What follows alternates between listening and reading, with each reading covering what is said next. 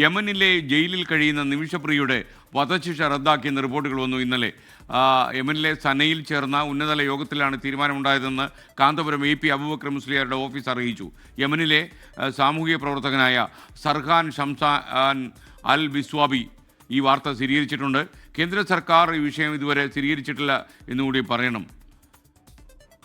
ദീപക് തർമ്മടം നമുക്കൊപ്പം ചേരും. അതുപോലെ നിഖിൽ പ്രമേഷും കാരന്തൂർ മർക്കസിനുള്ളിൽ നിന്ന് ചേരുകയാണ്. അതുപോലെ ജിദ്ദയിൽ നിന്ന് ജലീൽ കണ്ണമംഗലം നമുക്കൊപ്പം ചേരും. പ്രത്യേകിച്ചും ശരീഅത്ത് നിയമപ്രകാരമാണ് ഈ മാപ്പ് നൽകേണ്ടത് എന്നാണ് നമുക്ക് ലഭിക്കുന്ന വിവരം. അതിനെക്കുറിച്ച് പറയാൻ ജലീൽ കണ്ണമംഗലം സൗദി അറേബ്യയിലെ ജിദ്ദയിൽ നിന്ന് ചേരുന്നുണ്ട്. ആദ്യം ദീപക് തർമ്മടത്തിലേക്ക് നമുക്ക് പോകാം. ദീപക്, എന്താണ് കൂടുതൽ വിവരങ്ങൾ?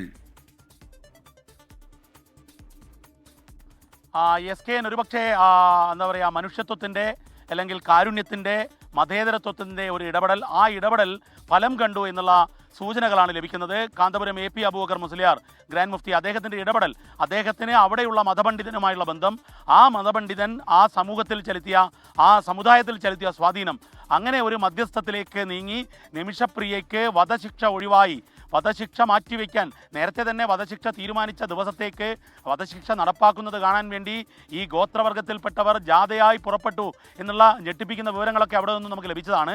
പക്ഷേ ആ സമയത്ത് തന്നെ ഈ സൂഫി മതപണ്ഡിതൻ്റെ ഇടപെടൽ, അദ്ദേഹത്തിന് അവിടെയുള്ള സ്വാധീനം, അദ്ദേഹം കാന്തപുരം AP അബൂബക്കർ മുസ്ലിയാരുമായുള്ള ബന്ധം, അതിൻ്റെ അടിസ്ഥാനത്തിൽ അവിടെയുള്ള ഈ കൗൺസിലിൻ്റെ ഇടപെടൽ, അതുപോലെ തന്നെ അദ്ദേഹം ഈ കുടുംബവുമായി അനുരഞ്ജന ചർച്ചയ്ക്ക് നടത്തി.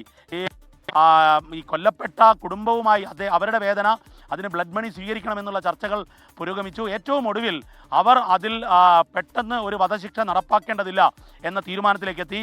ഞാൻ ഇന്നലെ രാത്രിയും ഇന്ന് കാലത്തുമൊക്കെ മർക്കസുമായി ബന്ധപ്പെട്ട് അവരുമായി സംസാരിച്ചിരുന്നു.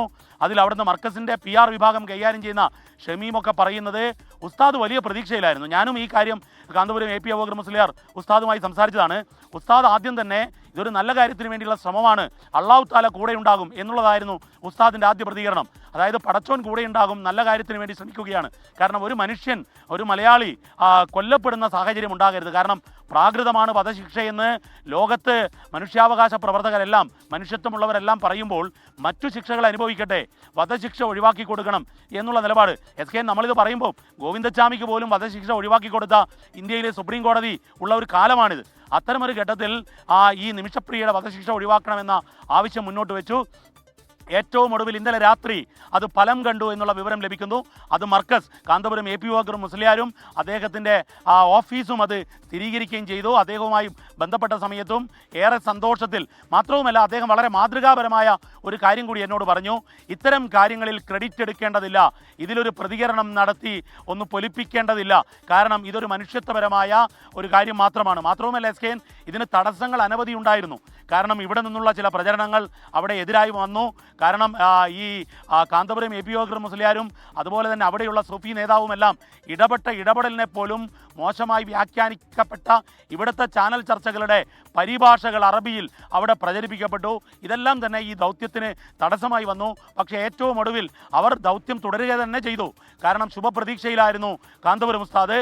അങ്ങനെ ആ പ്രതീക്ഷയ്ക്ക് ഫലം കണ്ടു ഇന്നലെ രാത്രി എന്നുള്ളതാണ് വസ്തുത. SKN, ലോകത്തെവിടെയായാലും ഏത് സമയത്തും 24 വാർത്തകളും ഓഗ്മെന്റഡ് റിയാലിറ്റി പാക്കേജുകളും എക്സ്പ്ലെയിനറുകളും വിശദമായി കാണാൻ ഞങ്ങളുടെ YouTube ചാനൽ നിങ്ങൾക്ക് സബ്സ്ക്രൈബ് ചെയ്യാം.